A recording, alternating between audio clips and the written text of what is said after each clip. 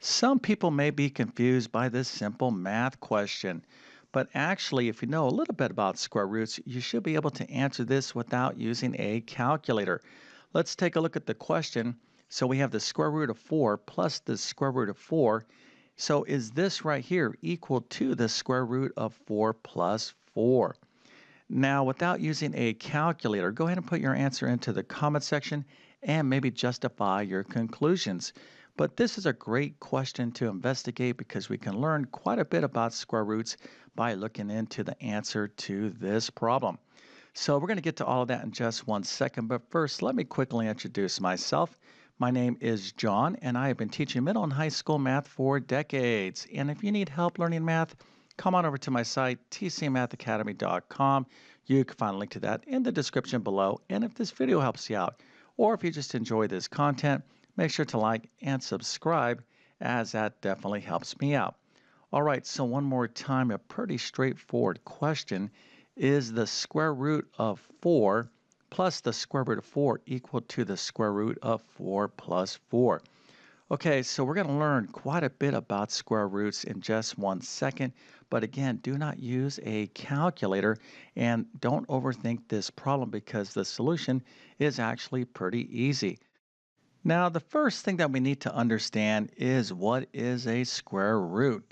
So, like for example, the square root of 4, what is that equal to? Well, I suspect maybe like 99% of you understand square roots pretty well and can tell me the answer to the square root of 4. But I'm thinking maybe only 1% of you are going to understand this other concept that I'm going to talk about that's very, very important when it comes to square roots. And quite frankly, I don't think it's really taught well enough in most math textbooks. Of course, I'll explain all of that in just one second. But let's just take a look at the square root of 4. Okay, so the square root of 4 is what? Well, if you're saying it's 2, well, that is fantastic. That is exactly right. Okay, so the square root of a number is a number such that when you multiply it by itself, you get back to this number. So the square root of 4 is 2 because 2 times 2 is equal to 4. Okay, so let's take a look at another example here. How about the square root of 9? Well, the square root of 9 is what? Well, hopefully all of you are saying it's 3 because 3 times 3 is 9. Okay, so here we have the square root of 8, and we're going to have to consider the square root of 8 here in just one second because the square root of 4 plus 4 is the square root of 8. So again, the square root of 4 is what? That's 2. So right here, we have another square root of 4. That's 2. So we have 2 plus 2. So this left-hand side is 4. Okay? So the only way the left-hand side can be equal to the right-hand side, again, we have an equation here in mathematics, and that means that the the left-hand side value, is equal to the right-hand side value. So the square root of what number is equal to 4? Well, it's not 8, okay? Matter of fact, it's actually 16. The square root of 16 is 4. So this is not a true statement. And if you put that down and you kind of, give me some sort of justification, something similar to what I said right here, well, that is fantastic. But I'm going to teach you some other things about square roots, and I hope that by the time you leave this video, you're going to be a lot smarter about the properties and principles of square roots. Okay, so again, I think that like maybe 99% of you pretty much already knew that the square root of 4 is 2 and the square root of 9 is 3. Okay, no big deal. But how about the square root of 4? Maybe it's also equal to negative 2, okay? Because negative 2 times negative 2 is a positive 4, all right? Because a negative times a negative is positive. And over here, we have the square root of 9, so maybe the answer is also negative 3 because negative 3 times negative 3 is a positive 9. So why is the answer here, the square root of 4, maybe both positive and negative 2? Okay, so there is a question there for you. Matter of fact, if you think you know the answer, put that into the comment section. So what is the correct answer here? Is the square root of 4 just 2, or is it both 2 and negative 2? Okay, so we're just talking about this expression right here. And I'm going to tell you the answer right now. Okay, so the square root of 4, the answer is just 2, a positive 2. That is called the principal square root. And this is really something that is confused, especially in algebra. All right, so if you have the square root of a number, you're really just going to write the positive value of that square root, which is 2. But some of you are still confused because you're saying, well, negative 2 times negative 2 is also positive. So why is that not the answer?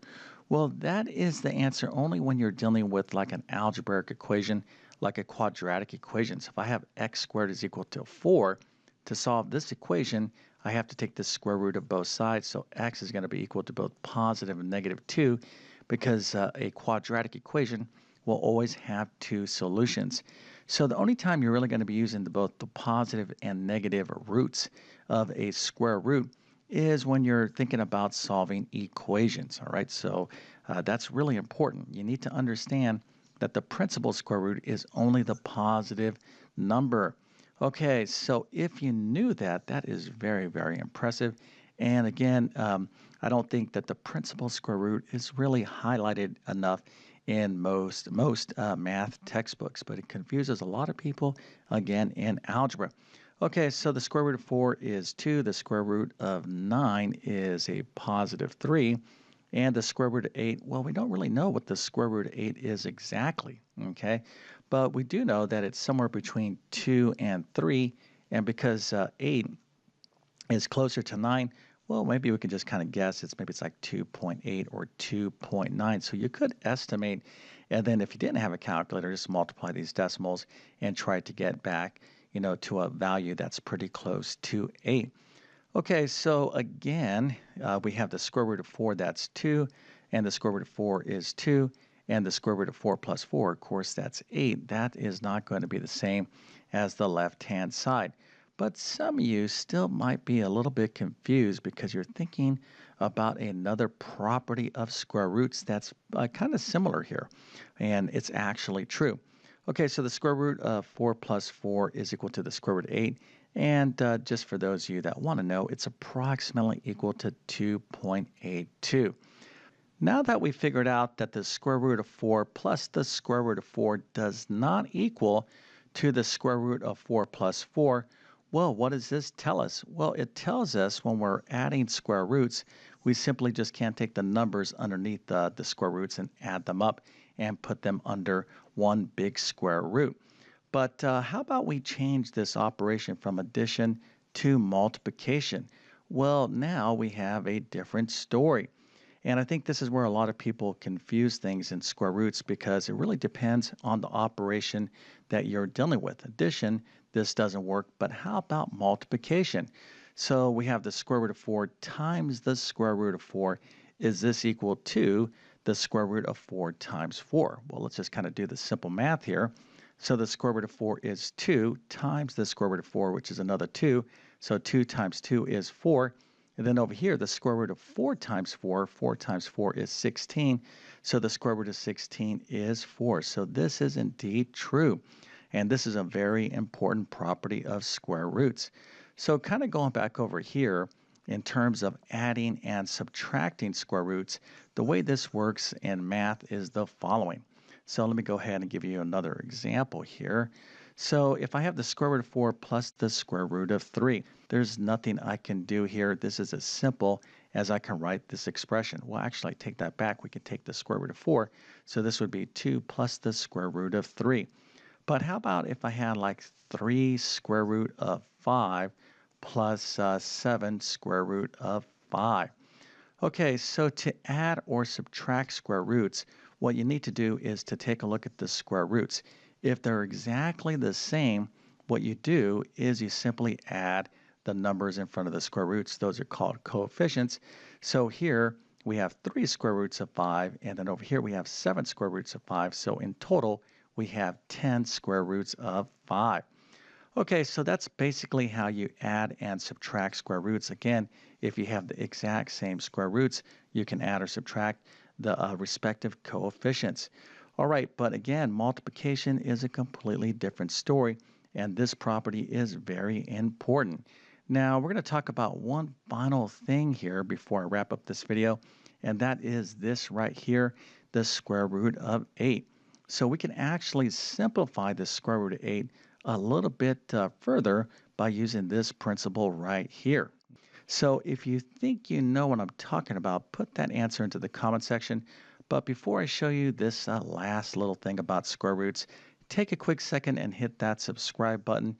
This really does help me out on YouTube. And if you're going to do that, hit that bell notification as well so you can get my latest videos.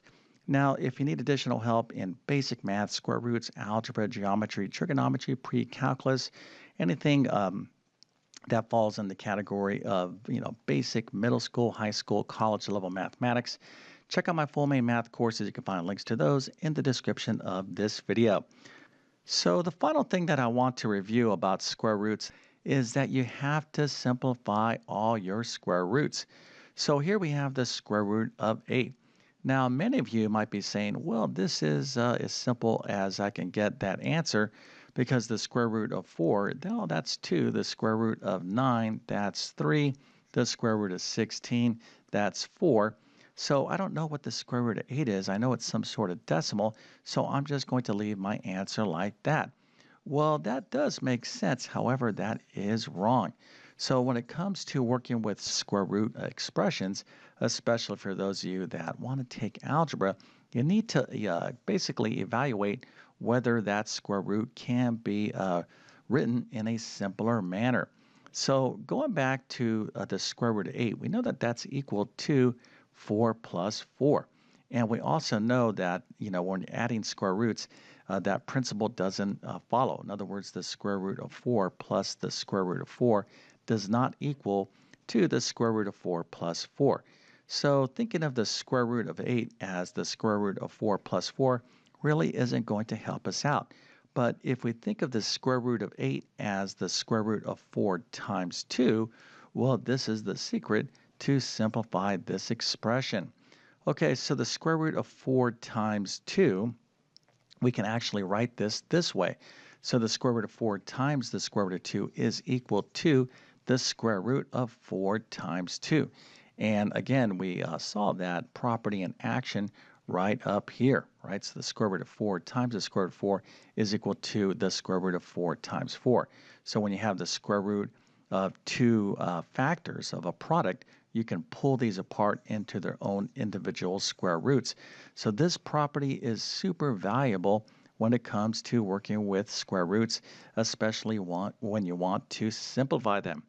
Okay, so the square root of 4 times 2 is equal to the square root of 8, but now we can write these square roots individually. So now we have the square root of 4 times the square root of 2.